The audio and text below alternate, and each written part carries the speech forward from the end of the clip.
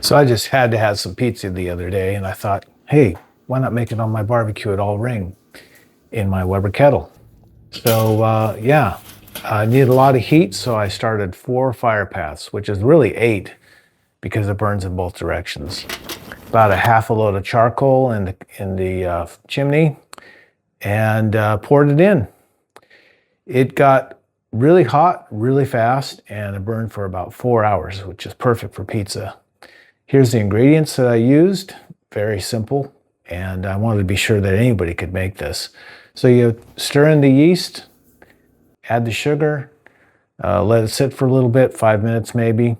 Add the flour and the salt and the oil, and just mix it. Mix it by hand, make it into a ball, put some flour out, let it raise for 15 minutes, and then just flatten it out.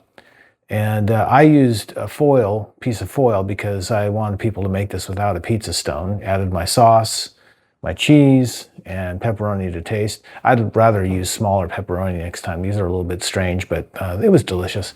Got it up to 450 and was bubbling hot. It actually got up to 550 for the remainder of the cook. I could have cooked 4 or 5.